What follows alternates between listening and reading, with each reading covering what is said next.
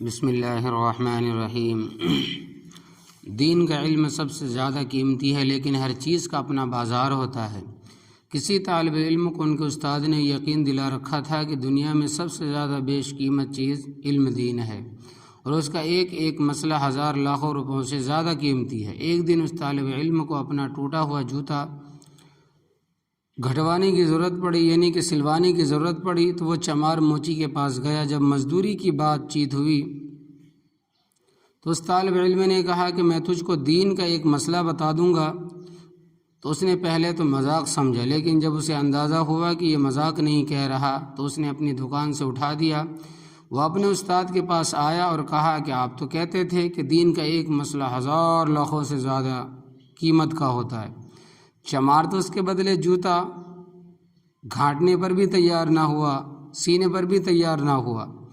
ان بزرگ نے، جو شہر کے مشہور شیخ، بہت بڑے عالم بھی تھے، طالب علم کو ایک ہیرا دیا اور اس سے کہا کہ ترکاری بازار میں جا کر اس کی قیمت جچواؤ، پوچھواؤ۔ تو وہ پہلے ایک بیر والی عورت کے پاس گیا اور اس سے پوچھا کہ یہ پتھر تو کتنے میں لے گی؟ اس نے کہا کہ یہ میرے کس کام کا ہے، چھٹانک بھر کا بھی نہیں ہے، چھٹکی بنا لوں۔ خیر اگر تو دے دے وے ہی تو 5 بیر اس کے بدلے میں تجھے دوں گی۔ اگر یہ پتھر تو مجھے دے دے تو اس کے بدلے 5 بیر میں تجھے دے دوں گی۔ میرا بچہ اس سے کھیل لیا کرے گا، کیونکہ یہ چمکدار ہیرا ہے، یہ چمکدار پتھر ہے۔ اس کے بعد ایک دوسری بیر والی سے انہوں نے وہی بات کی، اس نے بھی یہی کہا کہ یہ میرے کس کام کا نہیں ہے۔ یہ اپنے استاد کے پاس آئے اور بتلایا کہ وہاں تو اس کو بیکار بتلایا گیا، پتھر بتلایا گیا، اور ایک بیر والی مشکل سے 5 بیروں کے بدلے لینے پر تیار ہوئی۔ انہوں نے کہا کہ اب اس کو لے کر جوہری بازار جاؤ اور وہاں جوہریوں سے قیمت پوچھواؤ، جچواؤ، مگر دینا کسی کو نہیں۔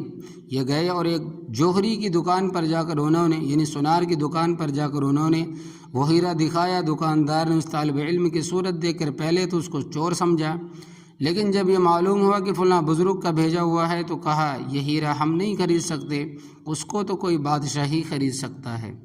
انہوں نے آ کر اپنے استاد کو یہ خبر دی۔ انہوں نے کہا کہ جس طرح بیری والے اس ہیرے کی قیمت کو نہیں جانتی تھی اور اس لیے وہ ایک پیسے میں بھی اس کو لینے کے لیے تیار نہیں ہوئی، اسی طرح وہ چمار بھی نہیں جانتا تھا کہ دین کے مسئلے کی کیا قیمت ہوتی ہے۔